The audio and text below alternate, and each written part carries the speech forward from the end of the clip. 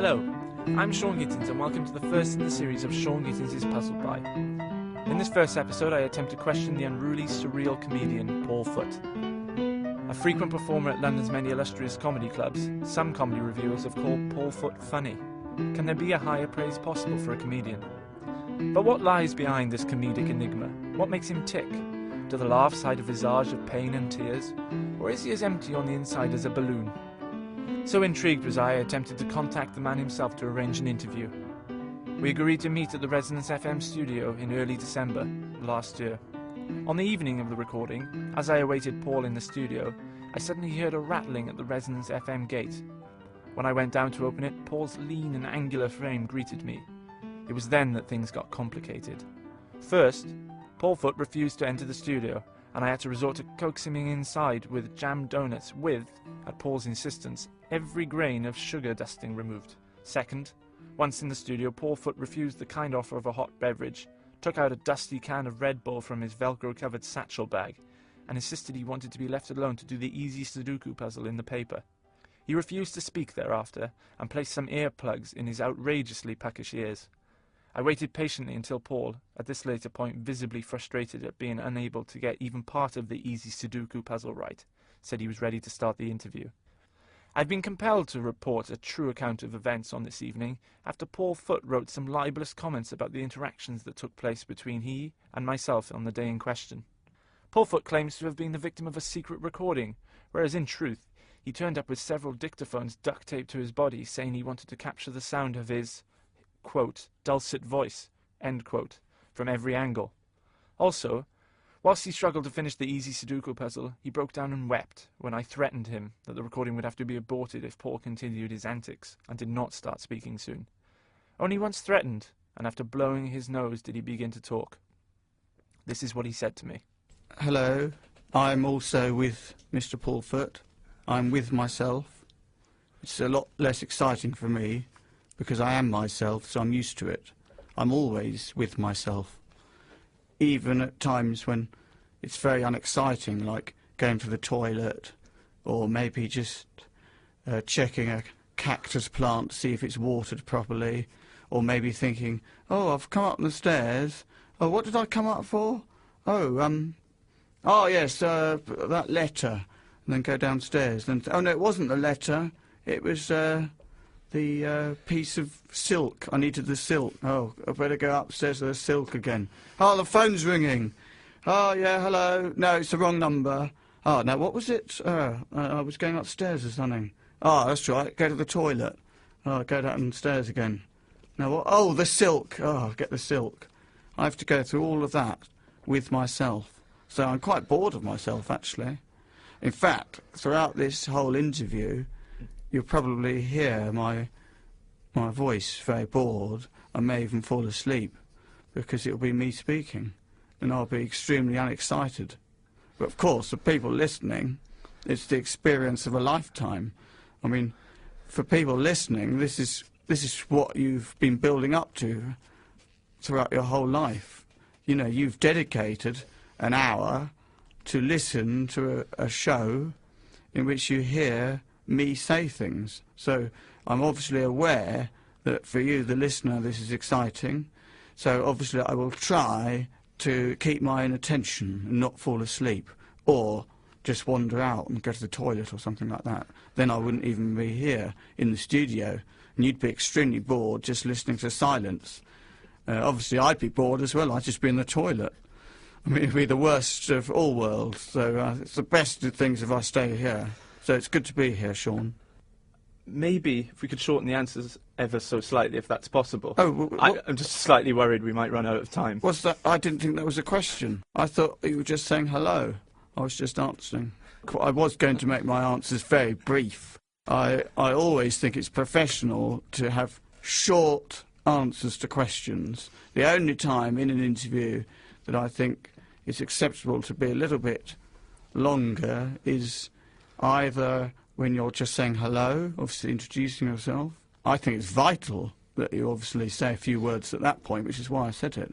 In fact, then for the interviewer to say that the hello is too long, or to imply it, is almost unprofessional. It's an insult. And the other opportunity one has in any interview to speak at length is in this sort of situation, when one has been insulted, when one is on the back foot, concerned.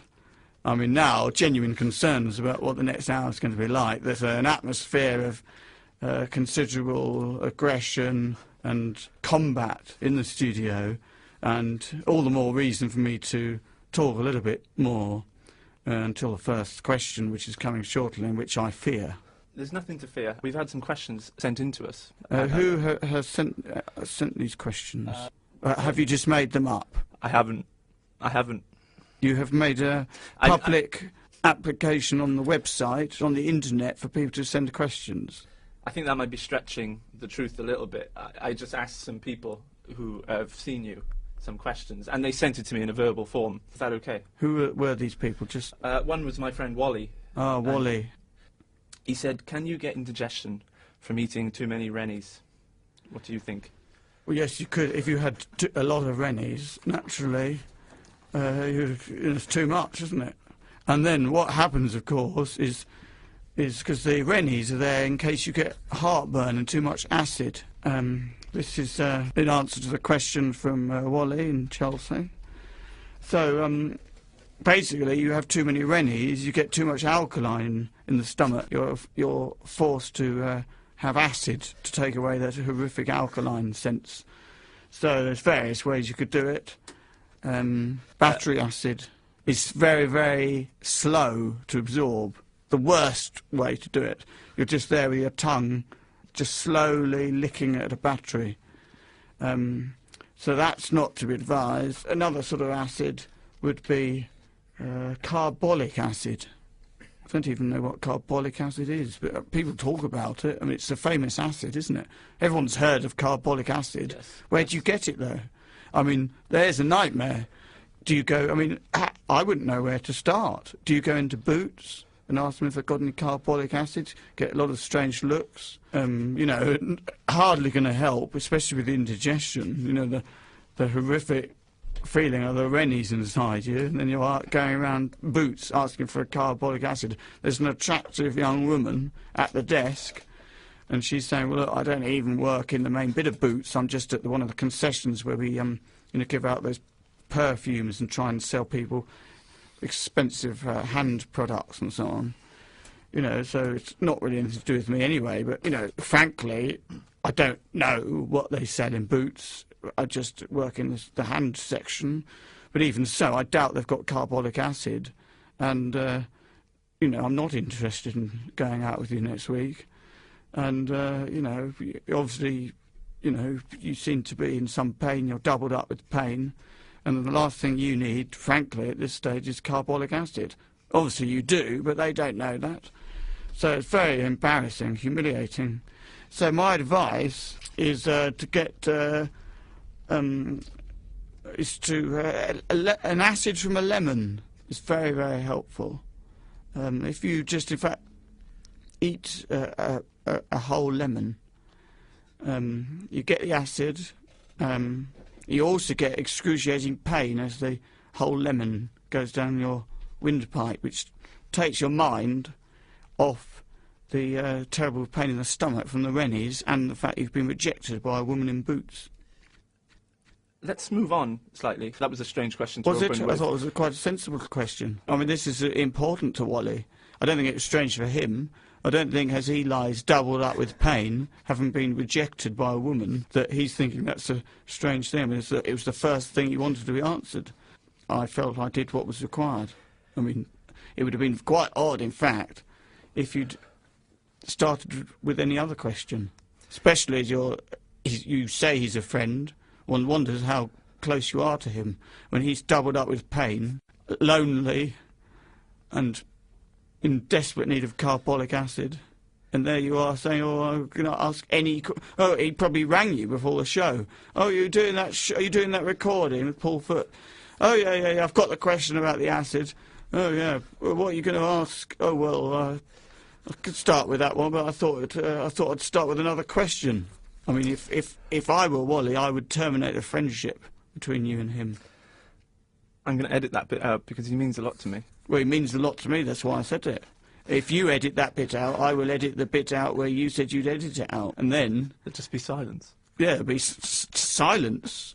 It'd be a disaster. I mean... I wanted to move on, if that's okay. Oh, yes, basically, fine.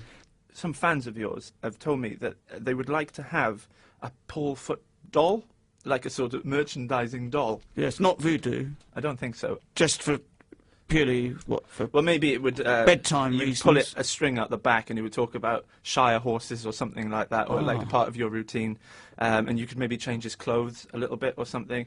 You know, but not many changes of clothes, because I always wear the same clothes every day, like a uniform. I've seen a different jacket on you once. Well, this is my third jacket that I'm wearing. I have 3 jackets, but they all fit within the general uniform style. That does look similar to the other jacket, purely Yes. just a different colour. Jacket number 2 is at the dry cleaners. Jacket number 1 is too new to wear. I've only worn it once. What colour is it? It's grey, dark grey. Number 2 jacket is light grey, and that's at the dry cleaners. Right, so, because I've ever seen you in dark environments, usually, in a comedy club, and they both seem to be a sort of cream-coloured. Are they the same jacket? But that's maybe? the same jacket. The dark colour jacket has never been seen in public. It's Right. only once has been worn in a television recording, but that show isn't going to go out until December, and we're recording this in early December. Yeah. So you would never have seen that jacket. Okay. Unless you hung around the television studio pretending to be involved, rather like you are today, pretending to be involved in the world of radio, but actually asking a lot of inappropriate questions, and also suggesting to me that my answers should be shorter, which I consider an insult, as many fans have written to me saying they're most concerned that when I do this interview that the answers are not short. That's not what they want. That's not what they expect. That's not what they've come to know and love.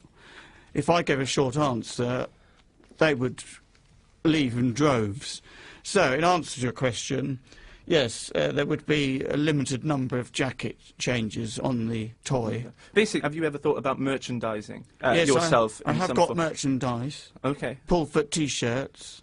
There's a limited supply available. Email me, although they have been written off as a tax loss. And Paul Foot badges. Would you like to tell us about the tax loss T-shirt episode, or is it quite sad? No, it's marvellous. It's a reduction in my tax liabilities in the United Kingdom. Basically, I had the T-shirts created. It was a few years ago now, and I sold many, and indeed recouped my cost. But I did not sell all of the T-shirts. So, eventually, there was some word was given to my accountant, and he naturally was very pleased and discussed the number of T-shirts that were going to be written off, and it's a substantial reduction in the tax. I mean, it's obviously a disaster for the country. We're needing to pay off the terrible deficit, because I should be paying rather less tax in January towards the deficit due to the T-shirt tax success. Are you a political man? Yes, well, actually, I like politics, not in any party political way, but I like watching all the political shows. It's like a soap opera. Yeah. I like seeing the ups and downs, and, you know, one day it's all going well and it's all going wrong. I mean, Gordon Brown, that was 3 years of entertainment. Much better, yeah, absolutely.